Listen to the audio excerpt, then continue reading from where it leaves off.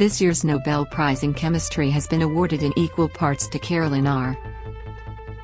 Bertozzi, Morten Meldal and K. Sharpless for developing a way of snapping molecules together that can be used to design medicines. Their work, known as click chemistry and bioorthogonal reactions, is used to make cancer drugs, map DNA and create materials that are tailored to a specific purpose. Hans Ellegren, Secretary-General of the Royal Swedish Academy of Sciences, announced the winners Wednesday at the Karolinska Institute in Stockholm, Sweden. Bertozzi is based at Stanford University in California, Meldal is at the University of Copenhagen, Denmark, and Sharpless is affiliated with Scripps Research California. Sharpless previously won the Nobel Prize in 2001. He is the fifth person to receive the award twice.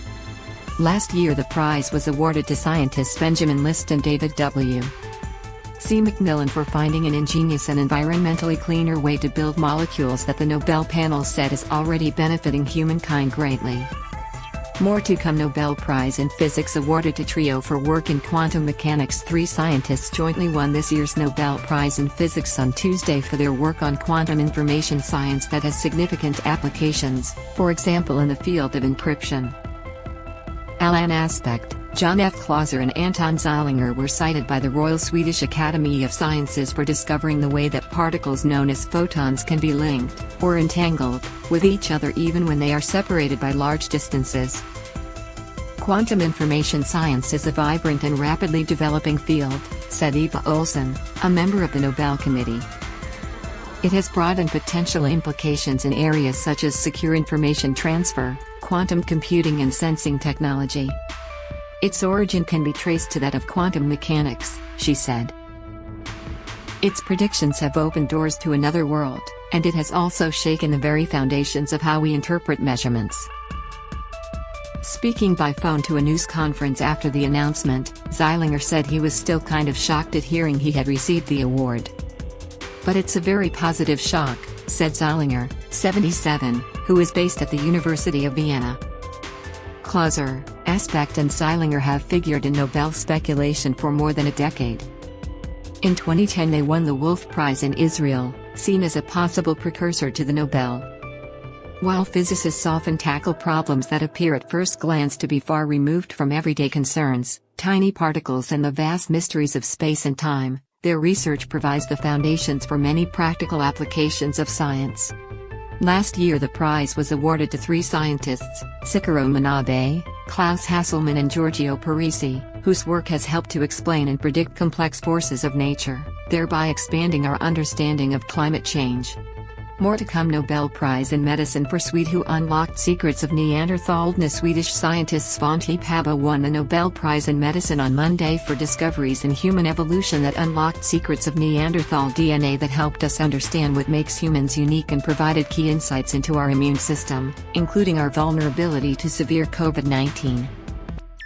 Techniques that Pääbo spearheaded allowed researchers to compare the genome of modern humans and that of other hominins, the Denisovan as well as Neanderthals.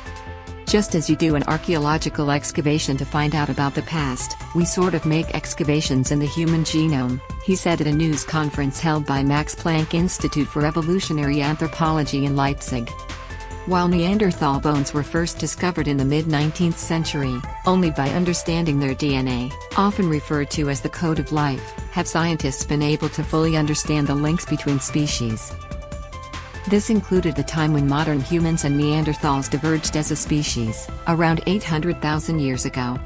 Pääbo and his team also surprisingly found that gene flow had occurred from Neanderthals to Homo sapiens, demonstrating that they had children together during periods of coexistence, said Anna Wedel, chair of the Nobel Committee. This transfer of genes between hominin species affects how the immune system of modern humans reacts to infections, such as the coronavirus. People outside Africa have 1 to 2% of Neanderthal genes. Neanderthals were never in Africa, so there is no known direct contribution to people in sub-Saharan Africa. Pääbo and his team managed to extract DNA from a tiny finger bone found in a cave in Siberia, leading to the recognition of a new species of ancient humans they called Denisovan. Wedel called it a sensational discovery that showed Neanderthals and Denisovan were sister groups that split from each other around 600,000 years ago. Denisovan genes have been found in up to 6% of modern humans in Asia and Southeast Asia, indicating interbreeding occurred there too. By mixing with them after migrating out of Africa, Homo sapiens picked up sequences that improved their chances to survive in their new environments, Weddell said. For example, Tibetans share a gene with Denisovan that helps them adapt to high altitude. Pabo said he was surprised to learn of his win, and at first thought it was an elaborate prank by colleagues or a call about his summer home in Sweden. So I was just gulping down the last cup of tea to go and pick up my daughter at her nanny where she has had an overnight stay, and then I got this call from Sweden, he said in an interview on the Nobel Prize's homepage. I thought, oh, the lawnmower's broken down or something at the summer home. He also mused about what would have happened if Neanderthals had survived another 40,000 years. Would we see even worse racism against Neanderthals, because they were really in some sense different from us? Or would we actually see our place in the living world quite in a different way when we would have other forms of humans there that are very like us but still different, he said. Pabo, 67, performed his prize-winning studies at the University of Munich and at the Max Planck Institute. During the celebrations after the news conference in Leipzig, colleagues threw him into a pool of water. Pabo took it with humor, splashing his feet and laughing. Pabo's father, Sune Bergström, won the Nobel Prize in Medicine in 1982, the 8th time the son or daughter of a laureate also won a Nobel Prize. In his book Neanderthal Man, In Search of Lost Genomes, Pabo described himself as Bergström's secret extramarital son, something he also mentioned briefly on Monday. His father took a big interest in his work, he said, but it was his mother who most encouraged him. The biggest influence in my life was for sure my mother, with whom I grew up, he said in the Nobel interview. And in some sense it makes me a bit sad that she can't experience this day. She sort of was very much into science, and very much stimulated and encouraged me